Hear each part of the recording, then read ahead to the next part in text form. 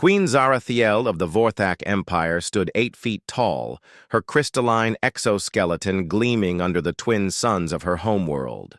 Her 4 arms moved with practiced grace as she reviewed the latest intelligence reports, each one painting a grimmer picture than the last.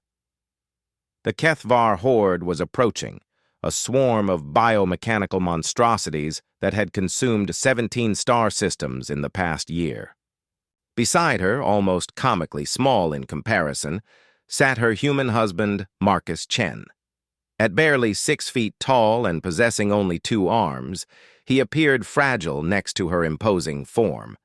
The marriage had been political, of course, a gesture of goodwill between the Vorthak Empire and the fledgling human coalition. What Zara hadn't expected was to actually grow fond of the quiet, unassuming man who spent his days tending to the palace gardens and reading ancient texts. "The outer rim defenses have fallen," Admiral Klextar announced, his mandibles clicking with anxiety. "Our most powerful battleships were destroyed in minutes. The Kethvar adapt to our weapons faster than we can deploy them." Zara's primary, hands clenched into fists. Her empire had stood for 3,000 years, conquering dozens of species across the galaxy. The Vorthak were known throughout the cosmos for their military might and unwavering resolve. Yet now, facing an enemy that seemed to learn and evolve with each battle, they found themselves helpless. "How long until they reach the capital?" she asked. 72 hours, Your Majesty. Perhaps less." Marcus looked up from his tablet, where he'd been quietly reading. "May I see the tactical reports?" Several officers exchanged glances. The human had never shown interest in military matters before. Admiral Klextar hesitated before sliding the holographic displays toward him.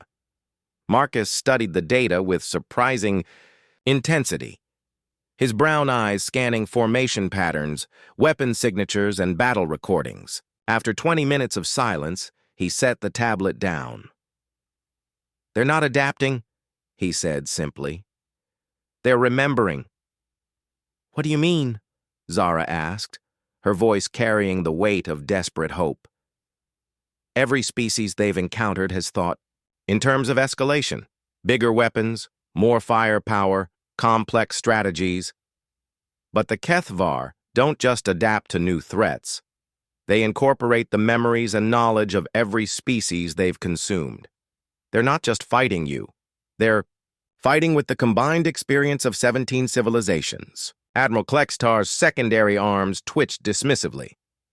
"And what would a gardener know about warfare?" Marcus smiled, an expression that didn't quite reach his eyes. "More than you might think."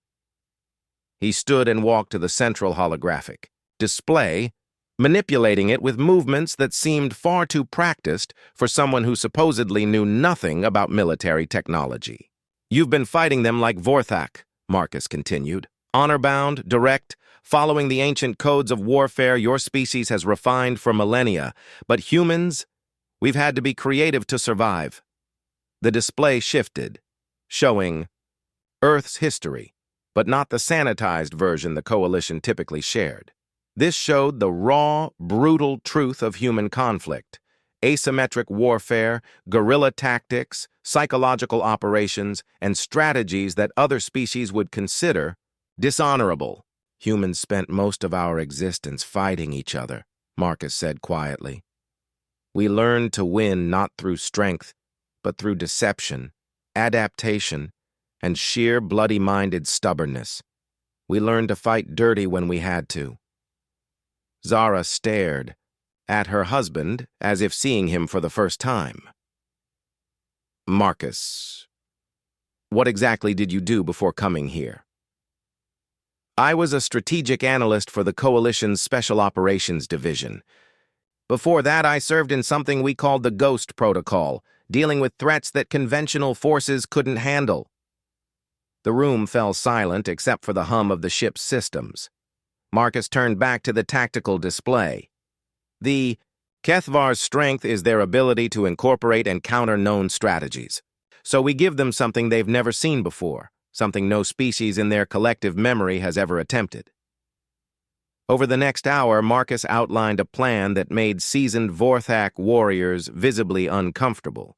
It involved sacrificing outer colonies as bait, feeding false information to the enemy, and using the Kethvar's own adaptability against them. Most shocking of all, it required the Vorthak to abandon their traditional concepts of honorable warfare. "This is dishonorable," Admiral Klextar protested. "The Vorthak do not fight with deception and trickery. The Vorthak are about to be extinct," Marcus replied matter-of-factly. "Honor is a luxury for species that survive long enough to practice it." Zara studied her husband's face, seeing steel beneath the gentle exterior she'd grown to love. "And if we follow this plan? Then in 72 hours, the Kethvar will learn why humans managed to survive on a death world for millions of years, why we fight wars that last centuries, and why even our friends are sometimes afraid of us." The plan was brutal in its elegance. Using psychological warfare tactics that exploited the Kethvar's collective consciousness, Marcus orchestrated a campaign of misinformation that turned their greatest strength into a weakness. False memories were implanted through carefully crafted battles, creating contradictory tactical knowledge that caused system-wide confusion in their shared network.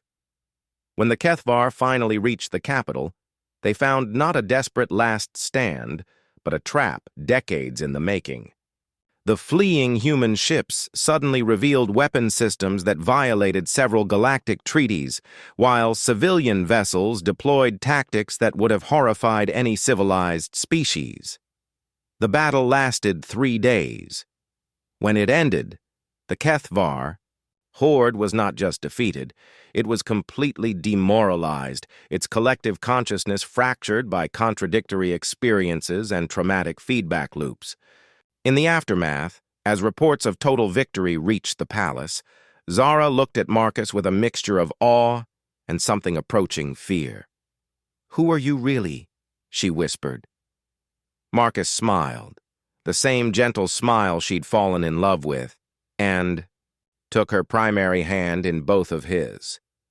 "I'm your husband," he said simply. "I'm a gardener who likes old books. And I'm a human who will do absolutely anything to protect the people he loves." For the first time in their marriage, Queen Zaratiel of the Vorthak Empire truly understood what it meant to be married to a member of the species that had clawed its way up from the bottom of the food chain through pure, terrifying determination. Humanity, she realized, was far more dangerous than anyone had imagined, and somehow that made her love Marcus even more.